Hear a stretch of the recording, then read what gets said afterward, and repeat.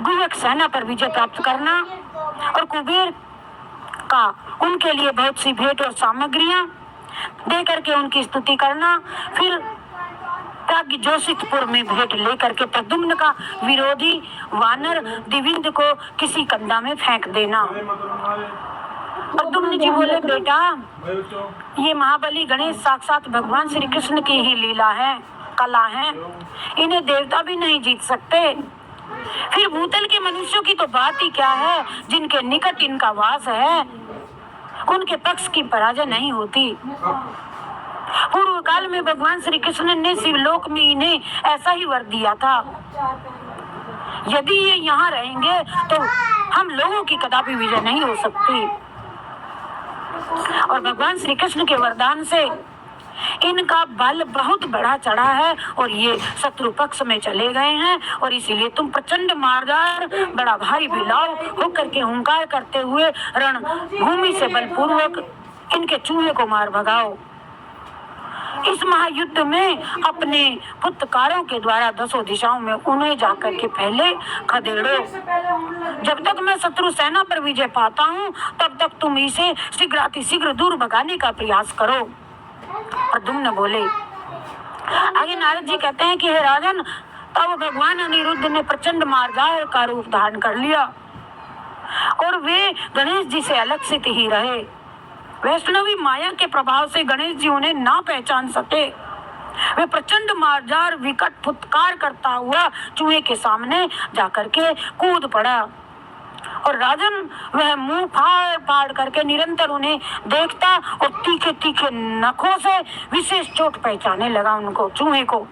चूहा उस बिलाव को देखता बिलाव का रूप ले लिया और बिलाव को देखता देखते ही भय से विह्वल हो गया और तुरंत कांपता हुआ रणभूमि में भाग चला गया।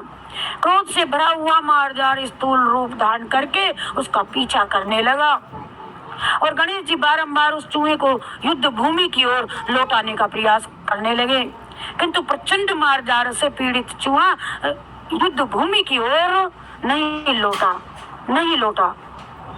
मैथिली में 7 द्वीपों, 7 समुद्रों, 7 दिशाओं और विदिशाओं में, ऊपर के 7 लोकों में किंतु भागता रहा, किंतु उसे कहीं पर भी शांति नहीं मिली।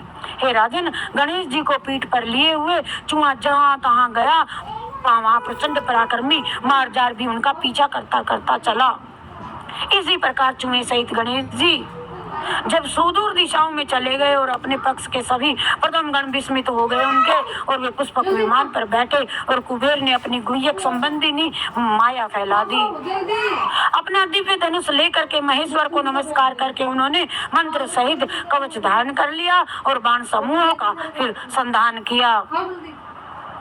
उसी समय आकाश में प्रलय कालिक मेघ छा गए और बिजलियों की गड़गड़ाहट महाभयंकर मेघों की घटा से अंधकार फैल गया। हाथी के समान मोटे मोटे जल बिंदु और ओले गिरने लगे। बादल अत्यंत भयंकर जलधाराओं की वृष्टि करने लगे और अक्षण भर में समस्त समुद्रों में ने भूतल को आप्लावित कर लिया और रणमंडल में सजीव पर्वत दिखाई देने लगे। पर्वत दिखाई पड़ने लगे रणमंडल में।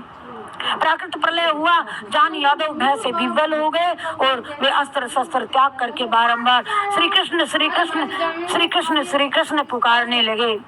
गुह्यकों की उस माया को जान करके श्री भगवान प्रद्युम्न जी हरि जी ने अपनी सत्वामी का विद्या को, जो समस्त मायाओं को भी नष्ट कर देने वाली है, उसको जप करके बाण के बीच में काम बीज क्लीम की स्थापना की।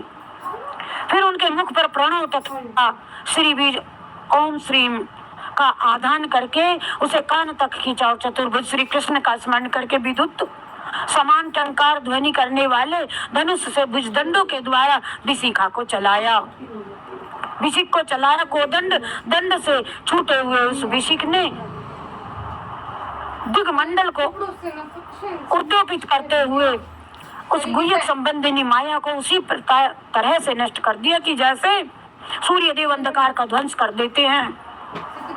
और यह देख पुष्पक पर बैठे हुए राजराज कुबेर भयभीत हो कांप उठे और यक्षों के साथ सम्रांगण में भाग करके अपनी पुरी को चले गए। देवता लोग प्रद्युम्न के ऊपर फूलों की वर्षा करने लगे। देवता लोग जब समस्त यादव जय जयकार करते हुए हर्ष के साथ हंसने लगे। राजन उस समय अत्यंत हर्षित हो राजराज कुबेर हाथ जोड़ करके भेंट लेकर के शीघ्र ही प्रद्युम्न के सामने आ गए। राजन 2 सूंडों से सुशोभित और 4 दांतों से युक्त, ऊंचाई में पर्वतों से भी होर लेने वाले 2 लाख मध्यवर्षी हाथी मोती की बंधनवारों से सुशोभित, स्वर्ण निर्मित सूर्य तुल्य तेजस्वी और 100 घोड़ों से खींचे हुए 10 लाख रथ, चंद्रमा के समान श्वेत कांति वाले 10 अरब घोड़े, माणिक्य जड़ित 4 लाख चमकीली शिविकाएं तथा पिंजरों में बंद 2 लाख सिंह कुबेर ने प्रद्युम्न को भेंट में दी। और विदेही राज चीते, मृग, गवन और शिकारी कुत्ते 1-1 करोड़ की संख्या में दिए। हे नपेश्वर, पिंजरों में विराजमान तोता, मैना, कोकिल, सुनहरे हंस और अन्य विचित्र पक्षी राजराज ने लाख की संख्या में अर्पित किए। और कुबेर ने विश्वकर्मा का बनाया हुआ विष्णुदत्त नामक एक विमान भी दे दिया, जिसमें मोती की झालरें लटक रही थी। उनकी ऊंचाई 8 योजन और लंबाई चौड़ाई 9 योजन की थी। उनमें लाख ध्वज और कलश लगे हुए थे। वह इच्छानुसार चलने वाला विमान स्वर्ण में शिखरों से सुशोभित तथा सहस्त्रों सूर्यों के समान तेजस्वी था। मैथिल उनके अतिरिक्त सहस्त्रों कल्प वृक्ष, सैकड़ों कामधेनुएं, 100 चिंतामणियां तथा 100 दिव्य पारस पत्थर भी कुबेर ने दे दिए, जिनके स्पर्श से लोहा भी सोना हो जाता था। छत्र, चमर और सोने के सिंहासन भी 100 की संख्या में भेंट कर दिए। दिव्य पद्मों की सुंदर केसरों से युक्त माला दे दी। 100 द्रोण अमृत, नाना प्रकार के फल, रतन जड़ित सोने के आभूषण, दिव्य वस्त्र, दिव्य कालीन, सोने की चांदी की करोड़ों सुंदर पद्म पात्र, अमोद शस्त्र तथा कोटि स्वर्ण मुद्राएं दी। और बोझ ढोने वाले हाथियों और मनुष्यों द्वारा सब सम्मान भेज करके कुबेर ने 9 निधियां प्रदान की। इस प्रकार महात्मा प्रद्युम्न को भेंट सामग्री अर्पित करके राजराज ने उनकी परिक्रमा की और हर्ष से भर करके प्रमाण पूर्वक उनसे कहा। कुबेर जी बोले, आप भगवान महात्मा पुरुष हैं, आपको हमारा नमस्कार है। आप अनादि सर्वज्ञ निर्गुण परमात्मा हैं, आपको नमस्कार है। प्रधान और पुरुष दोनों के नियंता और प्रत्येक चैतन्य धाम है, आपको बारंबार नमस्कार है। सम ज्योति स्वरूप और श्यामल अंग वाले आपको नमस्कार है। आपको वसुदेव को नमस्कार है, संकर्षण को नमस्कार है, प्रद्युम्न को नमस्कार है, अनिरुद्ध एवं सात्विक भक्तों के प्रतिपालक आपको नमस्कार है। आप ही मदन, आप ही मान, आप ही कंदर्प और आप सभी नामों से प्रसिद्ध हैं। आपको बारंबार नमस्कार है।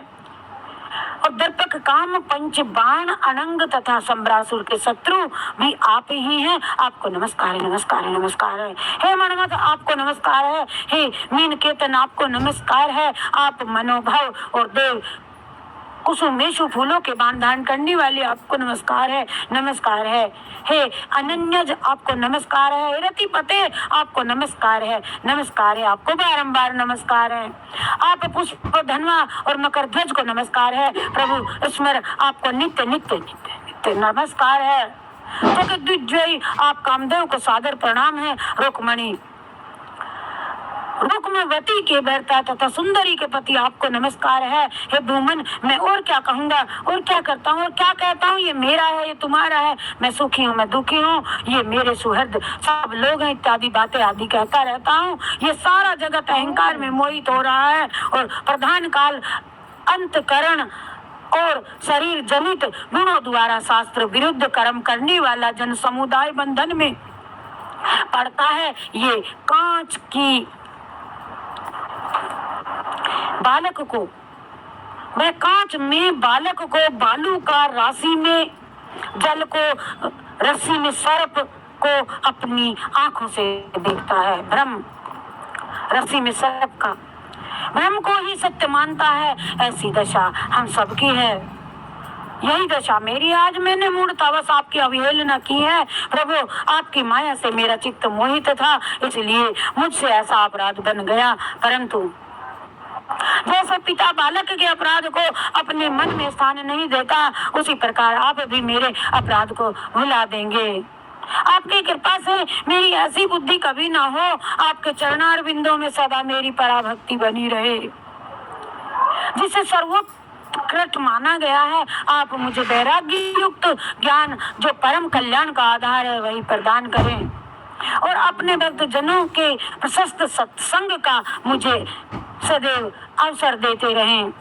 आगे श्री नारद जी कहते हैं कि राजन, प्रातः काल उठ करके प्रद्युम्न के इस कल्याण में स्तोत्र का जो भी कोई कभी, हे राजन, नारद जी कहते हैं, जो प्रातः काल उठ करके प्रद्युम्न के इस कल्याण में स्तोत्र का पाठ करेगा, उसके संकट काल में साक्षात श्री हरि ही सदा सहायक होंगे।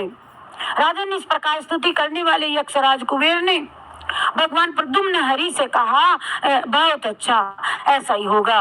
हरि जी ने कहा। फिर उन्होंने सिर प्रदान करने के योग्य पद्म राग मणि दे दी और डरो मत यूं कह करके अभयदान दे दिया। हे यादवेंद्र, प्रद्युम्न ने कुबेर को लीला छत्र चंवर और मणि में सिंहासन प्रीति और पुरस्कार के रूप में प्रदान किए। तदंतर प्रद्युम्न की परिक्रमा करके धनेश्वर राज चले गए। कुबेर राज महात्मा प्रद्युम्न के द्वारा राज कुबेर के पराजय हुई। सुन करके किन्हीं राजाओं ने भी उनके साथ युद्ध नहीं किया और सबने सादर भेंट उनको अर्पित की। तत्पश्चात महाबाहु प्रद्युम्न बहुत सी दुंदुभियों का घोष फैलाते हुए सारी सेना के साथ प्रांग ज्योतिषपुर को गए और वहां भौमासुर के पुत्र नील ने उनके तेज से तिरस्कृत हो और तत्काल उन महात्मा प्रद्युम्न के लिए उपहार और सामग्रियां अर्पित की। प्राग ज्योतिषपुर के द्वार पर दिविद नामक महाबली वानर रहता था, जिसे पहले प्रद्युम्न ने बाण मारा था। उसने रोष के आवेश में उठ करके अपने दांतों को तीखे नकों से बहुत से वीरों और घोड़ों को विदीर्ण कर दिया था और भुएं टेढ़ी वानर की भुएं टेढ़ी कर करके जैसे जोर जोर से गर्जना करने लगा था वानर। उसने बहुत से रथों को अपनी पूंछ में बांध करके खारे पानी के समुद्र में फेंक दिया और दोनों हाथों से हाथियों को पकड़ पकड़ करके बलपूर्वक आकाश में उछाल दिया। और श्री कृष्ण कुमार प्रद्युम्न ने उस वानर को शत्रुता के भाव से युक्त जान करके उसके विरुद्ध शांग धनुष द्वारा एक बाण चलाया और उस बाण में उसे सहसा उठा करके बलपूर्वक जब फिर आकाश में घुमाया और पूर्ववत उस माँ कपि को किसी कंधा में ले जा करके पटक दिया वानर को किसी कंधा में। फिर वह प्रकाशमान बाण समुद्र के तर्कस में लौट करके वापस आ गया। इस प्रकार गर्ग संगीता में विश्वजित खंड के अंतर्गत नारद बहुलास संवाद में यक्ष देश पर विजय और नामक 25वां अध्याय पूर्ण। बोलिए जय शिव शंकर भगवान की जय। ओ कृष्ण राधे की जय, राधे कृष्णा की जय, कृष्ण राधे की जय, राधे कृष्णा की जय। मुरली वाले कन्हैया जय हो, बंसी वाले कन्हैया तेरी जय जय जय। कृष्ण राधे की जय, राधे कृष्णा की जय, कृष्ण राधे की जय, राधे कृष्णा की जय। मुरली वाले कन्हैया तेरी जय जय जय, बंसी वाले कन्हैया तेरी जय जय, मुरली वाले कन्हैया तेरी जय। मेरी इस उषा शर्मा शास्त्री चैनल में आप सभी का स्वागत है। आपका मन अच्छा लगा हो तो मैं रोज श्री गर्ग संगीता का अध्याय 1 बजे से लेकर के 4 बजे तक हम श्री कृष्ण कथामृत हिंदी अनुवाद करते हैं। आप प्लीज समय पर आकर के सुने और कथा का लाभ उठाएं और कमेंट में दीजिए कि अच्छी नहीं है तो नहीं आए। आपकी आपकी अति कृपा होगी। आपको मेरा सादर प्रणाम। भगवान श्री कृष्णार्पणमस्तु। हरि शरणम हरि शरणम हरि शरणम हरि शरणम हरि शरणम हरि शरणम हरि शरणम हरि शरणम हरि शरणम हरि शरणम हरि शरणम हरि शरणम। अब हम आरती करेंगे, चरणामृत लेंगे, उसके बाद आप सभी की छुट्टी। जय श्री कृष्णा, जय राधे राधे। जय श्री कृष्णा, जय राधे राधे।